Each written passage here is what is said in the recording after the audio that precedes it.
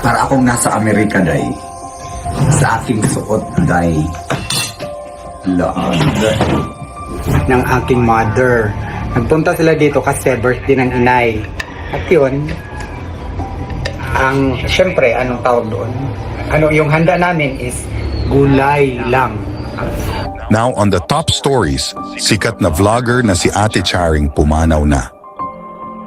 Maraming netizens sa online community ang nagluluksa sa pagpanaw ng isa sa mga kilalang vloggers sa Pilipinas na si Ate Charing ang reyna ng South Korea. Mayroon siyang 2 Facebook pages kung saan nagbabahagi siya ng updates tungkol sa pamumuhay niya sa summer followers ang isa sa mga pages ni Ate Charing.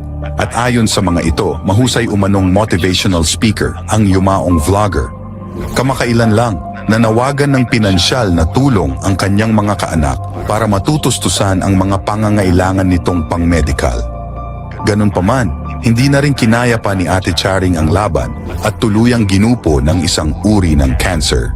Siya ay binawian ng buhay habang nasa ICU ng isang ospital. Kaninang umaga, nagbigay ng official announcement ang kanyang pamilya hinggil sa pagpanaw nito sa pamamagitan ng Facebook page ni Ate Charing. Ayon sa nasabing post, Hello mga kabagtag, ating puntahan yung puntod ng vlogger na si Ate Charing TV na namatay dahil sa sarcoma cancer. At yung views niya, totally views kanyang channel sa YouTube. Ating puntahan after 2 years kanyang pagkamatay. Ma'am, pwede mo na ma'am? Kanang, asa naglubong si Ate Charing TV ma'am? Ay, diba? Sa ubos? Ako lang kabantay sa ilang ba? Ikaw nagabantay rin? Sure ka? Wala rin mo, tan-araw ko? Nana ko gabi. Oh. So nagtanong tayo mga kabagtag lamok, saan yung libingan ni Ate Charing TV? Ngano, sa ito sakit niya, ngani ma'am? Saan ang kukulo? Cancer? Cancer sa leukemia na? Or Mana? nidaot mo to siya, gikan to siya sa Korea. Nag-vlog to siya sa pagka-OFW niya sa Korea. Man, uli siya. Padung to sa ayon ta, nag-chemotherapy naman na to no? Sa pagwanta. Kuan man to siya, naupaw. Oh, nakuha lagi tungkol sa stage 4, cancer. Daghan to siya kuha na, kapalit to siya. Ay, na property. Asa to ilay balay ma'am? Sa ubos? Makaas, ilaya. Dol sa dagat no? Mura. Onbaw? Nara dire. Yan musik kana musliyo jon iya musliyo. O, dako na dili. Ilaran ng kaliwat. Yan, giapil na siya. Gibutang kay. Kuan man, wa mislay lote. Oh. Kinahanglan man nga naay atok ba ang ilang kasudlan. Ako tananon. Isa makita dire. Tanaw ka, pwede kang suot. Aw, karon kon. Tananon ko sa gawas mamay. Tananon ko sa gawas.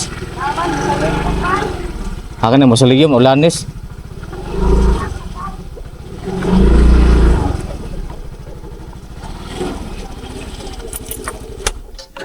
So, pinuntahan natin yung punto ni Ate Charing TV mga kabagtag sa lamok. Ada ubos ka na? Kani. O, ako lang parang yawe. Bukang ka. Aw. Dito na ito bang ito ma'am? Oo. Aw. Pwede ra ma'am, ma'am. Palit na lang ito ano. So, atong tingnan yung punto ni Ate Charing TV, yung nag-request sa video ito. Napuntahan natin yung punto ni Ate Charing TV. So wait a moment mga kabagtas langaw. Ano yung ma'am siya pangano ma'am? Nila Ares. Nila Ares. So si ma'am Nila Ares, so siya nung nagdadala ng siya caretaker ng musliyo at nagdala ng susi para mabuksan yung musliyo. Kasi hindi siya makita dito. Nasa likod yung ano niya, lapida. So ngayon, gigagayad tayo ni ma'am. Yan, pasalamat tayo. Kasi dito tayo magtatanong daw.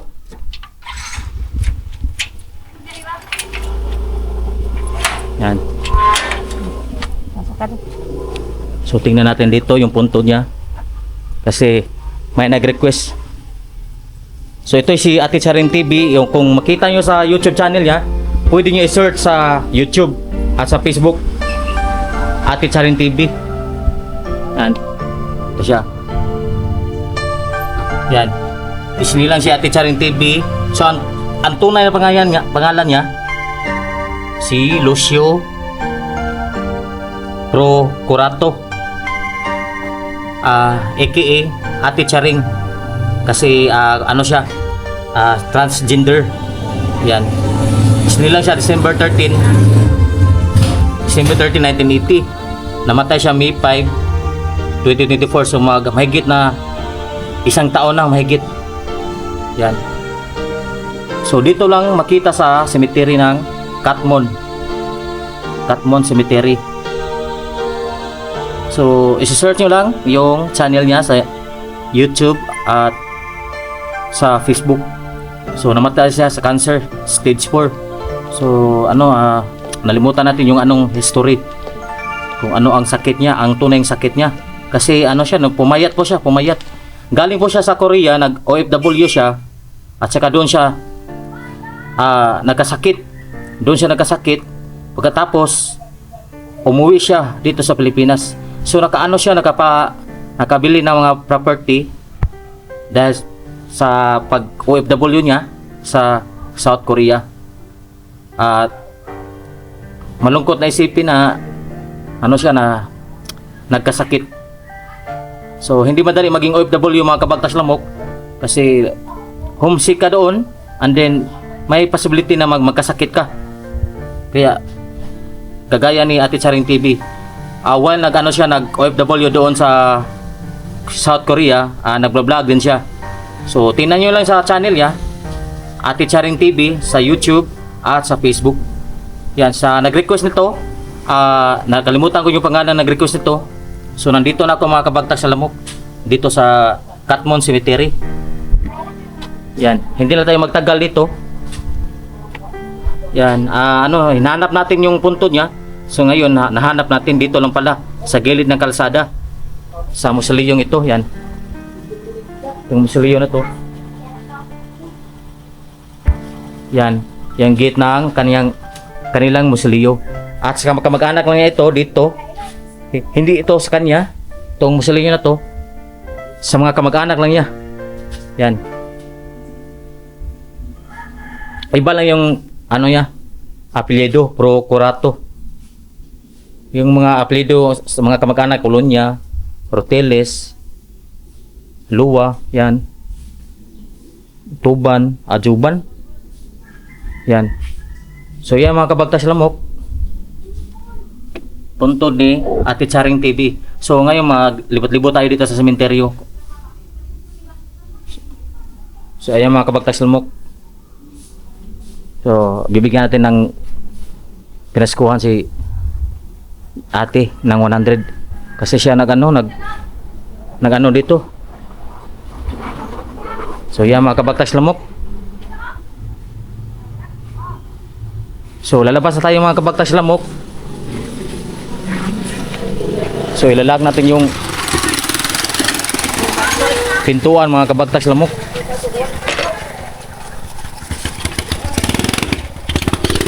Sarado natin yung mausoleo niya, ang mausoleo nila. Yan.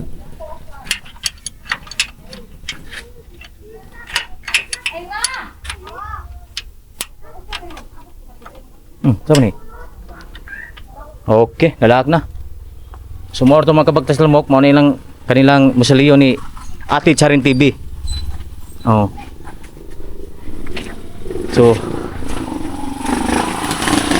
So babalik tayo dito.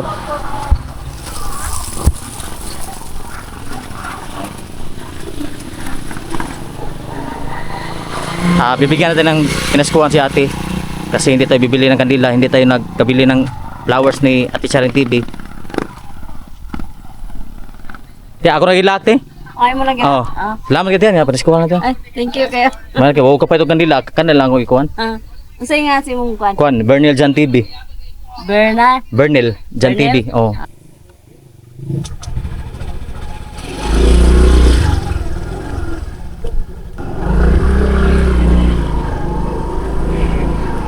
Dale, tama Dale. Sumuning sementeryo diri sa Katmon, mga kabagtas lamok. Dili lang ta muna og ato lang na itortor sa atong inmax. So hindi lang tayo bababa. So sasakayan lang tayo sa Inmax natin. Inmax natin sa Inmax ko. Yan. So hindi naman gaano nakakatakot dito. Sementeryong ito. Puro tayo ito. Walang na ito. Ano? Hindi nakakatakot dito mga kabagtak sa lamok.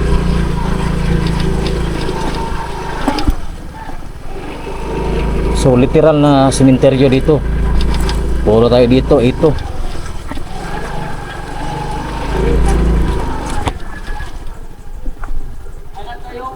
So yan, konti lang yung nakalibing dito mga kabagtas lamok. Marami rin sa lupa. Yan.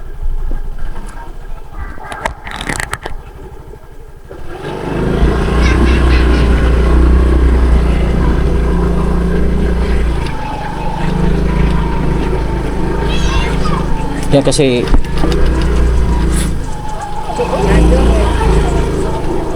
may pupuntahan tayo sa punto ni Ate Charing TV.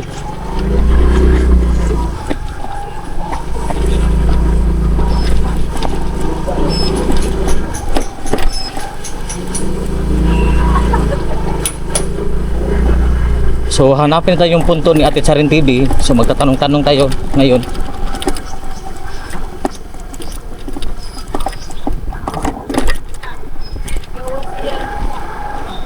Pasok tayo ng ano dito. So mayroon dito ang sementeryo ng mga patay. Yan. Maganda din sementeryo dito dahil may mga patay.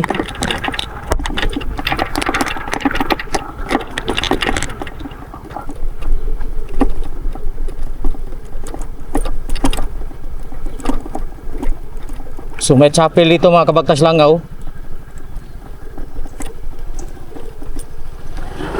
Ang ganda ng kuhan dito, malinis.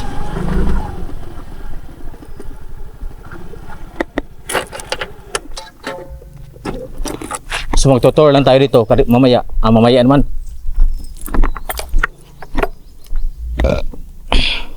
Oh. Yan. May mga masaliyo. So hindi nakakatakot dito. Puro tayo dito. Yan. Typical na sementeryo. Merong mga ano dito, mga lagay ng buto. Yan. Mga basura, yung tabaong. Yan.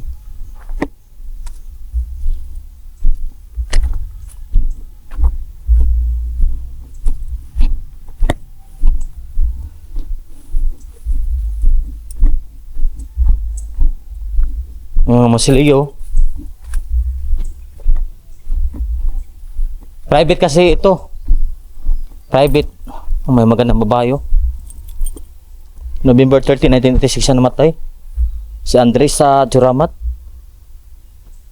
November 30, 1986 sa nilang. March to sa 2025 namatay. So bago-bago pa lang. Nakaraang taon.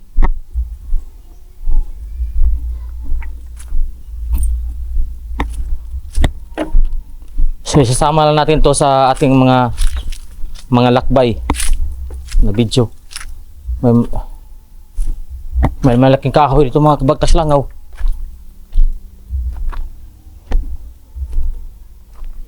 Yan, may malaking kahoy dito.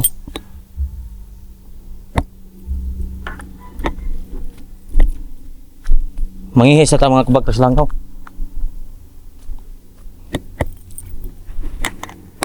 May magandang musaliyo dito mga kabagtas lamok. Yan, may chandelier. Naka-on pang ilaw at mayroon pang jealousy na parang bahay talaga. Na hindi ka maulila kahit patay ka na. Kasi yung nilibingan mo ay parang bahay. Ay bahay talaga as in. Yan. May ilaw, may CR. Kung malilibang ka, may CR yan. Kung kalibangon ka.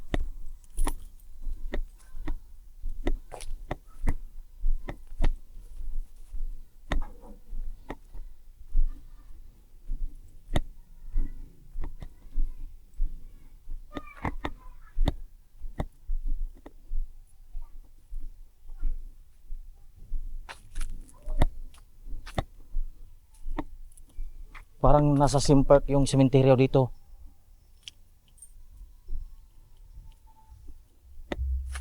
Meron pang rebulto.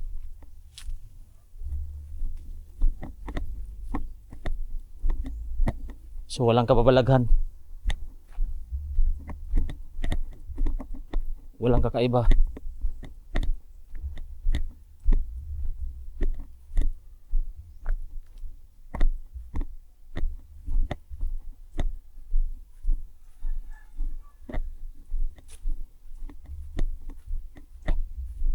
So maglakad-lakad na lang tayo, mga kabagtag sa Langaw.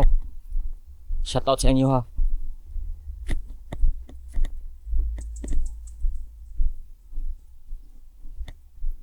Wala, meron pang abo. Oh, pulis yung nakalibang dito, mga kabagtag sa Langaw.